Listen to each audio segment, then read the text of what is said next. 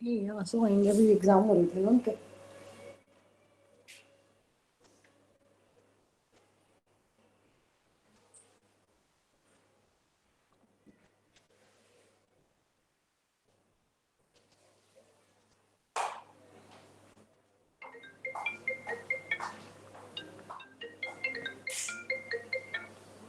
हाँ Meenu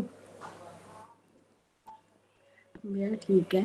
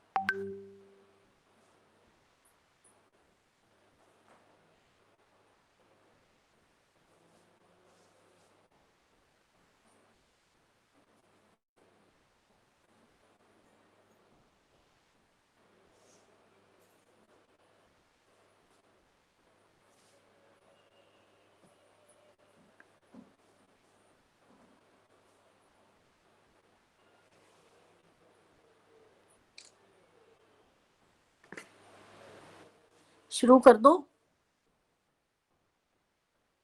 yes ma'am. Ma'am 2 minute और रुक जाओ।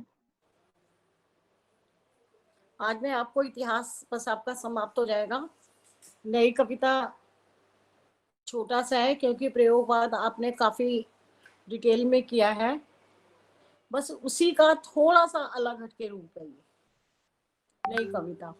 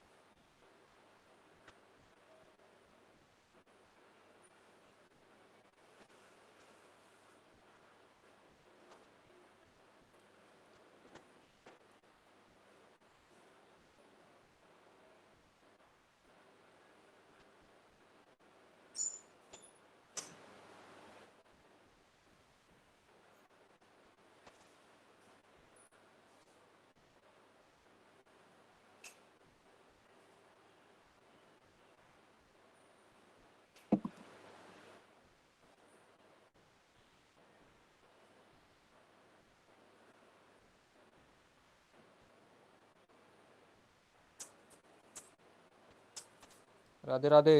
राधे राधे।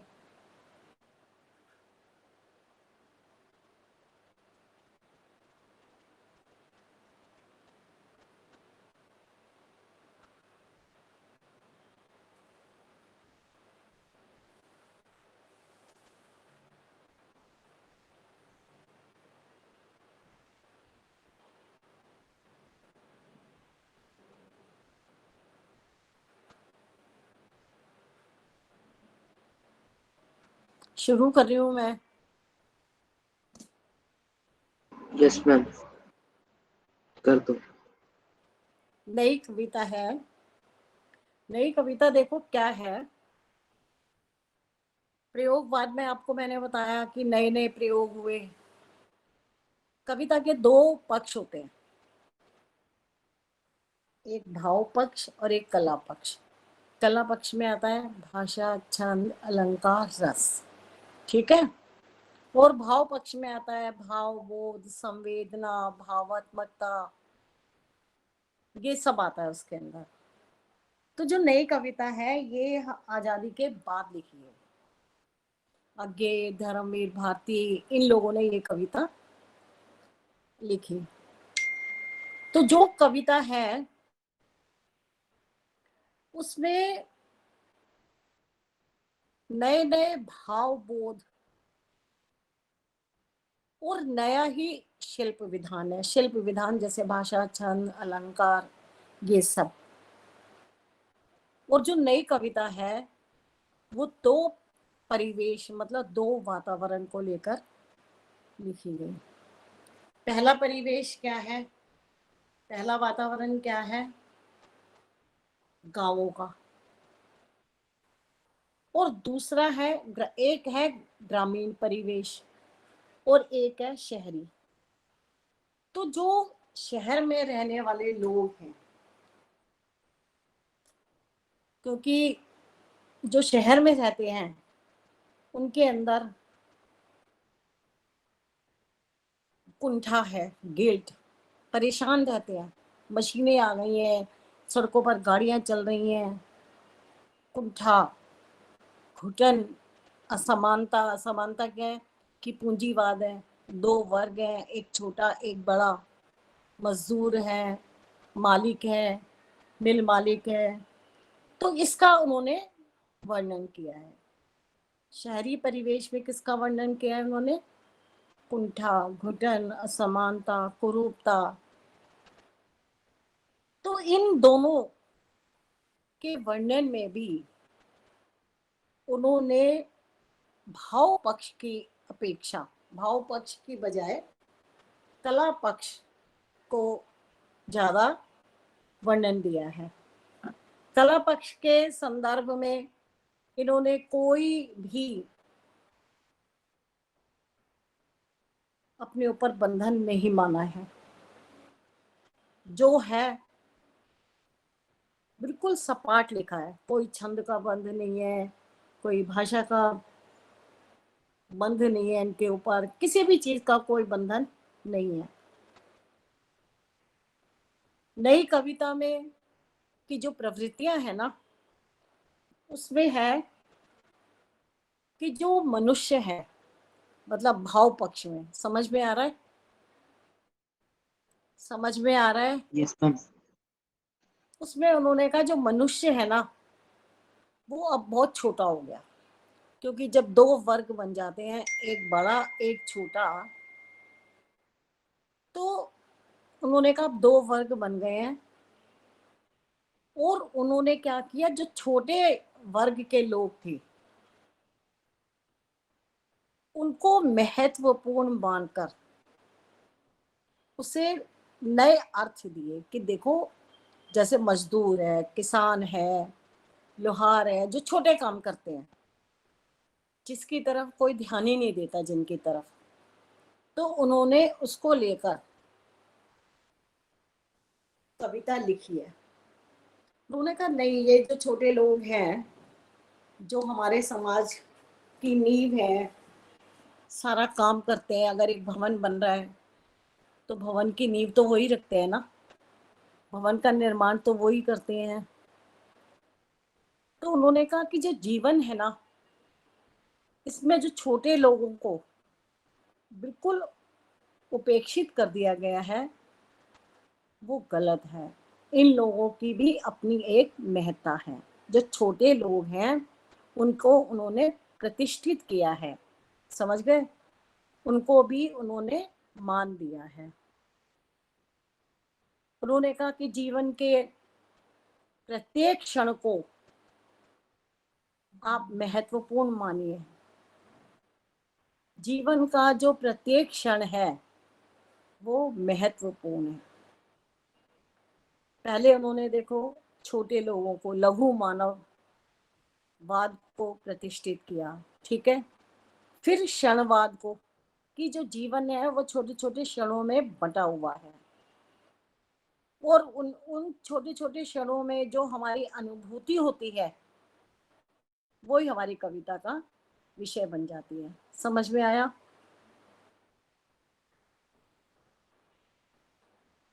आप बोलते नहीं हो, मुझे पता ही नहीं चलता आपको समझ में यस आया मैम, या आ गया। नहीं। फिर इन्होंने समाज में जो दो वर्ग है, छोटा और बड़ा, पूंजीपति मजदूर, मिल मालिक मजदूर, उन दोनों की अनुभूतियों का, खास तौर पे मजदूरों की, जो छोटे लोग हैं उनकी अनुभूतियों का पूरी सच्चाई के साथ वर्णन किया। अब जो छोटे लोग हैं, मजदूर हैं, कहाँ काम करते हैं?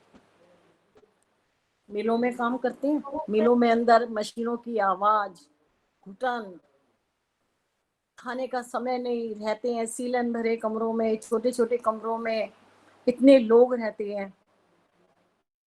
तो उन सबका इन्होंने वर्णन किया। उन्होंने कहा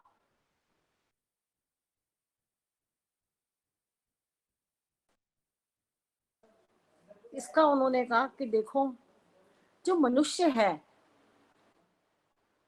उसकी भी, छोटा मनुष्य है या बड़ा, तो छोटे मनुष्य की भी तो वैसी अनुभूति है ना, वैसी ही भावनाएं है ना जैसे बड़े की होती है Yes, ना? ma'am. बड़ा अपनी भावनाओं को, अपनी आवश्यकताओं को पैसे से पूरा कर लेता है, छोटा मनुष्य नहीं कर पाता। वो रोटी कपड़ा मकान और इसी के जुगाड़ में लगा रह जाता है। तो उन्होंने इनकी अनुभूतियों का, इनकी छोटे लोगों की अनुभूतियों का, भावनाओं का, संवेदनाओं का,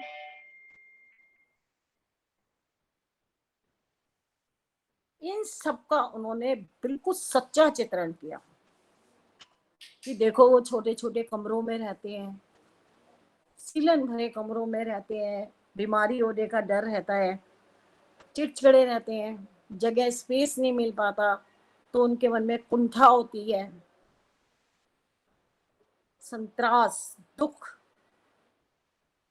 मृत्यु का बोध बना रहता है कि पता नहीं कोई बीमारी हो गई, कुछ हो गया तो मृत्यु को प्राप्त हो जाएंगे। इसका बड़ा मनोवैज्ञानिक ढंग से उन्होंने चित्रण किया है। फिर उन्होंने कविता के अंदर बहुत सुंदर निराशा की भावना, जब व्यक्ति कुंठित होगा, हाँ, दुख में, निराशा में डूबा हुआ होगा, तो जो निराशा की भावना है वो उनके अंदर घर कर जाएगी। जो एक निराश व्यक्ति होगा, एक बात बताओ, अगर वो मिल में काम करने भी जाएगा तो वो सही ढंग से कर पाएगा? No, ma'am.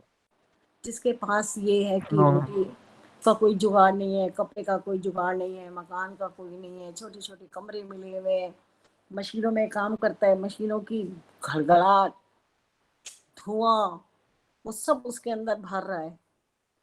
तो जीवन में की कितनी बड़ी विसंगति है, कितनी बड़ी असमानता है, कितना वैषम्य है। और जिनको नौकरी नहीं मिली वो सड़कों पर आवारा घूम रहे हैं, क्या करेंगे वो?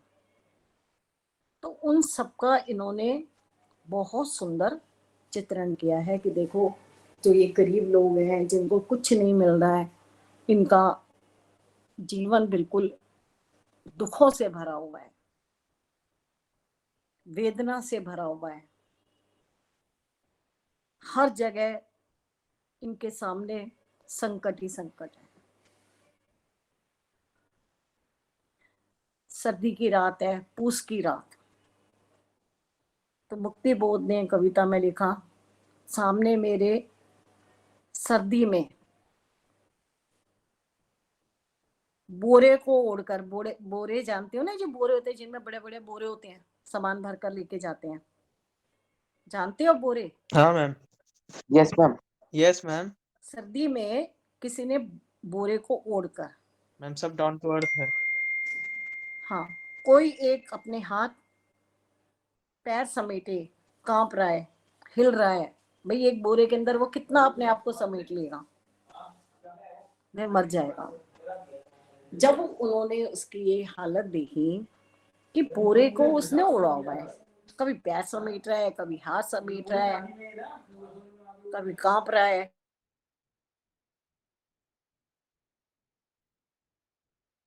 ठंड में। आप ये बताओ, जिस समय ये सारी स्थितियां हो, हालात हो, तो कोई भी व्यक्ति खुश नहीं रह सकता। आप तो हीटर चला के बंद कमरों में आराम से रजाई लेके कंबल लेके सो रहे हो, एक ठंड में, पूस की रात में, सर्दी में एक बोरे को ओढ़ कर सो रहा है। और फिर वो कभी अपने आप को पैर अंदर कर रहा है, कभी हाथ अंदर कर रहा है, कभी हिल रहा है, कभी कुछ कर रहा है। तो ऐसे में क्या होता है, जीवन के प्रति आस्था विश्वास नहीं रहता, जीवन के प्रति जो अनास्था है वो घर खर जाती है। वो व्यक्ति जो इतनी गरीबी की हालत में रह रहा है, उसके मन में क्या होगा, विश्वास तो खत्म हो जाएगा, अविश्वास पैदा हो जाएगा। किसके प्रति बताइए, किसके प्रति अविश्वास पैदा होगा? भगवान के प्रति, भगवान। धर्म, हाँ, मैम भगवान। धर्म के प्रति कोई मन में विश्वास नहीं रहेगा कि अगर धर्म होता, भगवान होते, ईश्वर होता, अल्लाह होता, ईसा होते, कुछ भी होता, तो क्या वो हमारी गरीबी देखकर हमें हमारा कष्ट दूर नहीं करते? जब उनके मन में ऐसी भावना आ जाती है तो वो निराशा से भर जाते हैं, अनास्था से भर जाते हैं, उनका जीवन से मन उब जाता है। फिर क्या करते हैं ऐसे लोग जो डिप्रेसिव होते हैं, बहुत ज्यादा डिप्रेसिव हो जाते हैं, वो आत्महत्या करते हैं। आत्महत्या लोग ऐसे ही नहीं कर लेते खुशी खुशी में कि ये भाई चलो पानी में हमें स्विमिंग करनी है, छलांग लगा दी और नीचे गिर गए। बस जब कुंठा अंदर भर जाती है, निराशा भर जाती है, उदासी भर जाती है आवश्यकता से अधिक, तो वो क्या कर लेते हैं, उससे छुटकारा पाने के लिए आत्महत्या कर लेते हैं। Yes ma'am. उनका अपने दिमाग पर ही कंट्रोल नहीं रहता। ऐसी स्थिति में उन्हें लगता है जीने से बेहतर है मर जाना।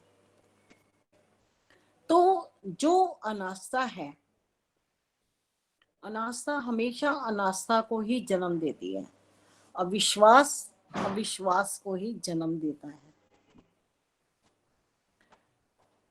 कुंवर नारायण ने कविता लिखी है, एक दिन मौत की घंटी बजी, हड़बड़ाकर उठ बैठा, तो किसी ने कहा मैं हूं मैं हूं मैं हूं। मौत ने कहा करवट बदलकर सो जाओ। मतलब कितनी, आप ये देखिए, इस नए युग में हमारे को आजादी मिली है ना, ये तो एक बहुत अच्छा काम हुआ। आजादी मिलने के बाद हमें जीवन कैसा मिला, बड़ी बड़ी मिलें खुल गई है ना। यस अब मैम। जब बड़ी बड़ी मिलें खुलेंगी तो मिलों को चलाएगा कौन? मालिक तो चलाएगा नहीं, पूंजीपति तो चलाएगा नहीं, छोटे छोटे मजदूर चलाएंगे है ना। Yes ma'am. दिन भर वो सुबह से लेकर रात तक काम करेंगे, उनको ये भी रहता है कि भाई मैं पार्ट टाइम भी कर लूं तो मेरे को 4 पैसे फालतू मिलेंगे। उनकी थकान दूर करने के लिए मिलों के बाहर शराब की दुकानें खुल जाती हैं, बीड़ी सिगरेट की खुल जाती है, चाय की खुल जाती है, दुकानें खुल जाती है ना। ऐसे में यस मैम। क्या होता है, वो आके बाहर पीने लग जाते हैं। शराब पी के घर जाएंगे तो क्या हड़कंप मचाएंगे, ये आपको पता ही है। थके हुए होते ही हैं, पैसे देते नहीं घर में, मारा पीटी करते हैं, सो जाएंगे, अगले दिन फिर काम पे चले जाएंगे। अब घर वाले क्या करेंगे, भूखे तो मरने से रहे। एक औरत तो नहीं देख सकती ना अपने बच्चे को भूखा मरता हुआ, वो खुद काम करने जाएगी। अब मिल में औरतें भी काम करने लगी, बड़े बड़े भवन बन रहे हैं, वहां औरतें भी काम करने लगी। जब वो काम करने लगी तो क्या है, व्यभिचार बढ़ गया। मजदूर और औरतें आपस में छिछोरापन करने लगे। उससे क्या हुआ, वातावरण बिल्कुल वाहियात हो गया। एक मिल ने हजारों मुसीबत खड़ी कर दी। तो वो ये कहते हैं कि ये सब इस आधुनिक युग की देन है। हम बड़े खुश हो रहे हैं ना कि हमने बड़ी सफलता प्राप्त की है, हमने बड़ा अच्छा जीवन पाया है, हम बड़े सुखी हैं। पूंजीपति सुखी है, उसके पास खूब पैसा है, बड़ी बड़ी गाड़ियों में घूमता है। जब त्योहार आते हैं, बड़े बड़े डलिया लेके वो अफसरों को, अंग्रेज अफसरों को, या जो अपने से बड़े बॉस हैं, आजादी के बाद तो अंग्रेज अफसर रहे ही नहीं थे, बड़े बड़े बॉस हैं, उनको देने के लिए जाता है। तो वो ये कहते हैं कि नई कविता में कवियों ने कहा कि अब भावुकता के लिए हमारे पास स्थान है कहाँ। अब तो लोग सच्चाई, यथार्थ, वास्तविकता में जीते हैं। अब काल्पनिक या एक स्वच्छंद प्रेम के लिए समय ही कहाँ है। सड़कों पे गाड़ियां चल रही हैं, एक तरफ छोटे छोटे बच्चे भीख मांग रहे हैं, रेड लाइट पे गाड़ी रुकी, बच्चे भाग रहे हैं, चाहे गाड़ी के नीचे आ जाए या मर जाए, कुछ भी हो जाए। देखा नहीं है आजकल आपने, जब रेड लाइट पे गाड़ी रुकती है, बैलून लेके, ये नैपकिंस लेके ये बच्चे आ जाते हैं, छोटे छोटे बच्चे, Yes, sir. तिरंगा झंडा ले लिया, कुछ भी ले लेते हैं, छोटे छोटे बैलून ले लिए, बलून भी नहीं लिए तो ये खिलौने विलौने छोटे छोटे लेके बेचते हैं। उनको नहीं मिलता वो पैसा, भिखारियों के भी मालिक होते हैं जो उनसे Yes, पैसा sir. ले लेते हैं, रात को नहीं देते तो उनकी पिटाई होती है। तो उन्होंने जीवन का ना बड़ा नग्न यथार्थ प्रस्तुत किया। उन्होंने कहा कि जो जीवन है ना, आप देखो बड़ा घिनौना है ये, आप सिर्फ देखते हो ऊपर वाले लोगों को जो बड़ी बड़ी कोठियों में रहते हैं, बड़ी बड़ी गाड़ियों में जाते हैं, बड़े बड़े आयोजन करते हैं। आपने शादी में, विवाह में कोई फंक्शन किया, कुछ किया, बाहर बच्चे झूठी पत्तल चाट रहे हैं, बाद में आप खाना फेंक रहे हो, यानी कि उन बच्चों को खिला दो। आप आवश्यकता से अधिक बनवाते क्यों? एक व्यक्ति 250 ग्राम से ज्यादा एक बारे में खाना नहीं खा सकता। आपने शादी विवाह में 100 आइटम बनवा लिए, कौन खाएगा Yes. बताओ? 100 आइटम। आदमी है कि राक्षस है? तो जो बर्बादी है आजकल हम बड़े बड़े समाज में देखते हैं, बड़े बड़े लोगों को देखते हैं, एक रात में 1 करोड़ रुपए में आग लगा देते हैं। वो टेंट करना है, कैटर करना है, ये करना है, वो करना है, चलो जी 1 करोड़ में माचिस की तीली दिखाई और चले आ गए। जीवन भर लगता है 1 करोड़ जोड़ने में। तो नई कविता में बिल्कुल सच्चाई, यथार्थ, वास्तविकता, रियलिटी बिल्कुल साफ दिखाते हैं वो। तो जब वो कहते हैं ऐसा वो है, तो हम कविता को कहाँ से सजाएं? कविता को सजाने के लिए भी तो एक काल्पनिक परिवेश अच्छा सा चाहिए ना, जब Yes. मनुष्य अंदर से प्रफुल्ल हो, उसके अंदर भावनाएं उठे, मन में भाव उठे मेरे जलझारी में भर लाया हूँ। मन में वैसे भाव ही नहीं जब उठ रहे तो मैं कहाँ से लाऊंगा, कहाँ से लिखूंगा? जब मैं देख रहा हूँ सामने, व्यक्ति इतना डरा हुआ है, इतना डरा हुआ है कि सामने से गाड़ी की लाइट भी आती है तो वो चौंक जाता है। हर पल उसके अंदर डर रहता है। अब देर हो गई, मालिक बुलाएगा, डांटेगा, सबके सामने बेइज्जती करेगा, आज की एब्सेंट लगा देगा या आज के दिन की तनख्वाह काट लेगा। मतलब हर जगह डर। स्कूल में आपने देखा होगा, आज थोड़ी देर लेट हो गए, या तो अंदर ही नहीं जाने दिया जाएगा गेट के, किसी तरह घुस भी गए तो क्लासरूम में नहीं आने दिया जाएगा, नहीं आने दिया जाएगा तो बच्चे हंसेंगे।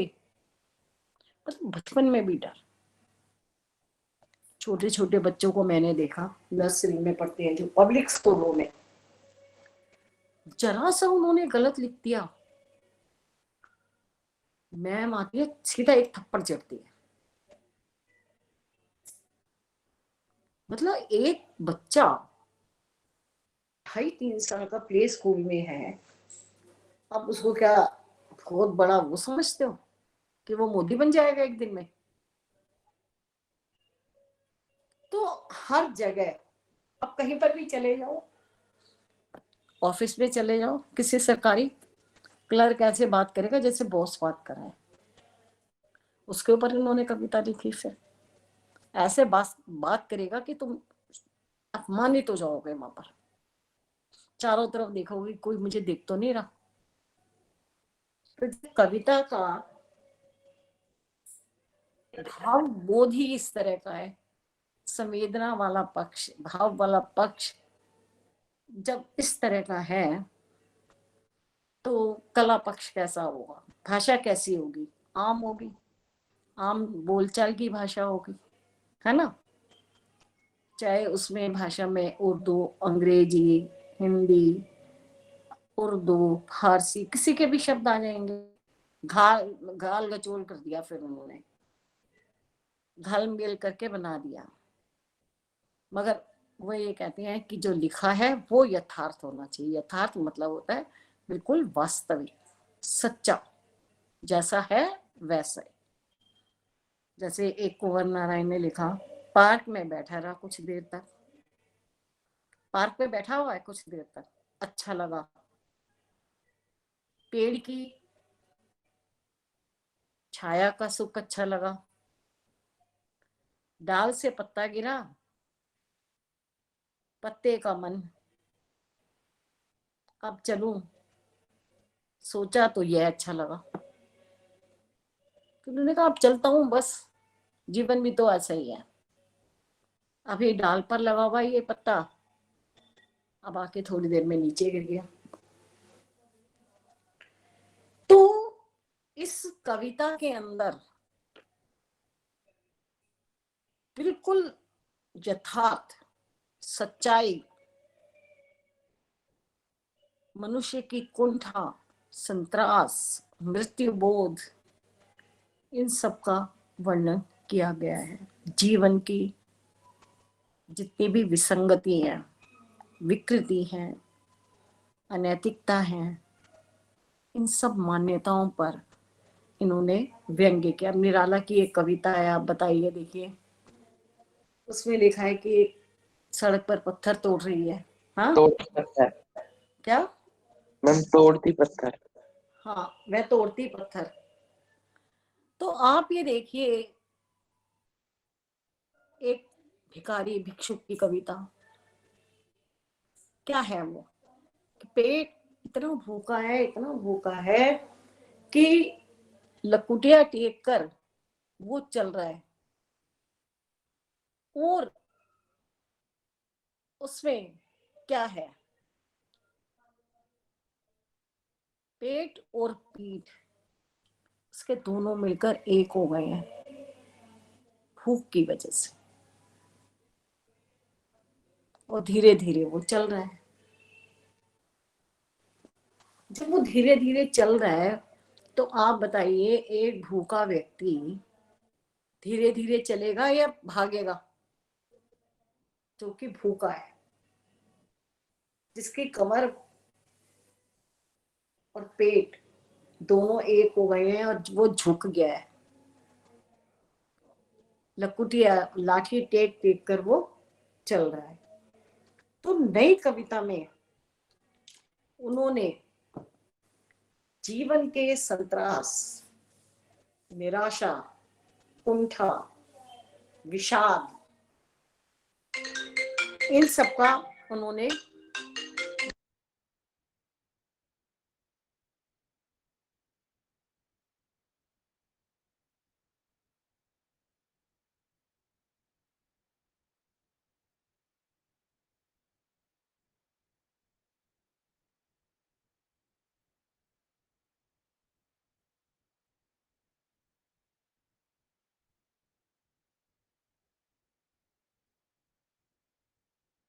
आपको समझ में आया? यस यस यस आप मुझे बताओ, आप इसके मेरे को 4 पॉइंट बता दो नई कविता के। मैम, इसके अंदर जो है गरीबों के ऊपर जो अत्याचार होता है वो मतलब अपने बस रोटी कपड़े मकान के जुगाड़ में ही लगे रहते हैं, वो अपनी सपनों को पूरा नहीं कर पाते। फिर फिर ये सब आप बताओगे आधुनिक युग की देन है। जब हमारे यहाँ बड़ी बड़ी मिलें खुल गई, बड़े बड़े व्यापार लग गए, तो वहां पर काम करने वालों की, आप अपने दिमाग में ये रखना, वहां पर जो काम करने वाले हैं भूखे रहते हैं, सब कुछ सारा चित्रण उनका करना। यस मैम, फिर वो भूखी अपने वजह यस मैम, फिर वो अपने मतलब इस चीज को दुखों को कम करने के लिए मतलब खास कर जो मतलब जो आदमी होता है ना, वो मतलब शराब के नशे में भी पड़ जाता है। थका हुआ और वो इतना होता है। यस मैम, कुछ तो आत्महत्या भी कर लेते हैं। और नई कविता में नैराश्य, विषाद, संत्रास, अनास्था, ईश्वर में विश्वास नहीं, धर्म में यस विश्वास, मैम, एक दुखी व्यक्ति कभी इन चीजों में विश्वास नहीं करेगा। यस ये सब है नई कविता। फिर इन्होंने जब देखा ये सब है तो कोई नए छंद नहीं, जो जैसा है वैसा करो, छंद के कोई बंधन नहीं, भाषा जो है सब मिली जुली है, घाल कपोल कर रखा है खूब भाषा में, अलंकारों पे कोई ध्यान नहीं दिया, रस पर कोई ध्यान नहीं दिया, बस कविता को जीवन की वास्तविकता से जोड़ दिया। ये है नई कविता। अब मैं आपको कराऊंगी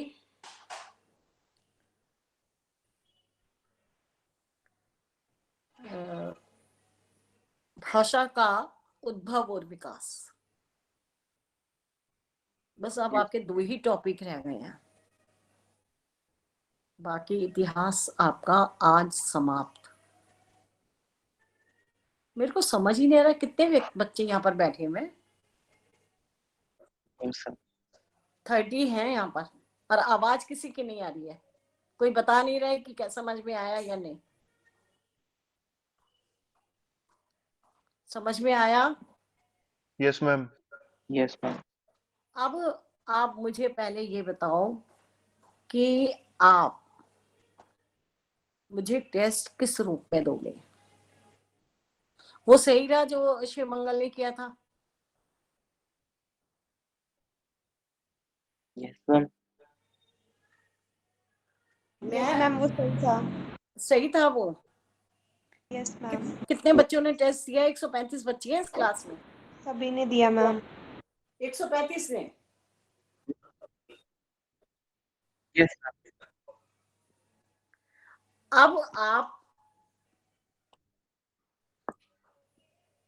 एक टेस्ट लिखेंगे और मुझे उसकी पीडीएफ बनाकर भेजेंगे। ओके। टॉपिक लिख लो आप।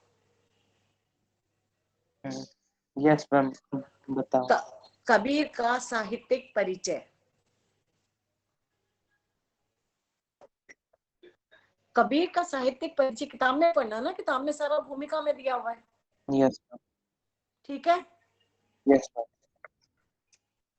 खत्म करूं आज इतिहास? आप मेरे उस पे भेजोगे ना, ग्रुप पे भेजो आप, और मैम, कब जितनों तक? की जो आए होंगे ना उन्हीं को अटेंडेंस दूंगी जिनका आया होगा साइड में। मैम वो आपकी मेल आईडी पे भेज दें मैम सब लोग। चलो आप लिखो तो सही, फिर मैं बता दूंगी। Yes ma'am. मैम टेस्ट होगी कब? हम्म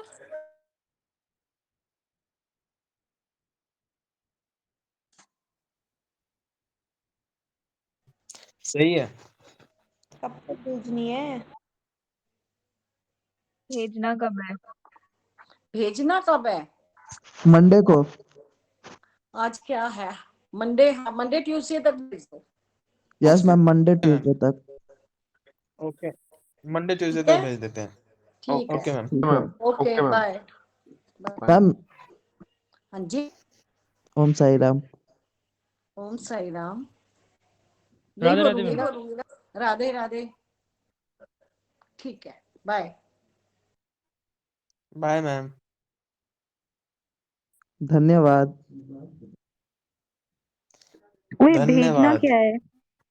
क्या भेजना है? टेस्ट है क्या असाइनमेंट?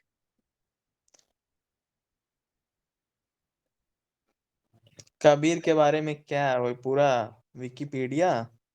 साहित्य। हाँ है यार, पता है भाई, है, बुक भी है। मतलब वो कबीर की पूरी लाइफ के बारे में लिखना है ना?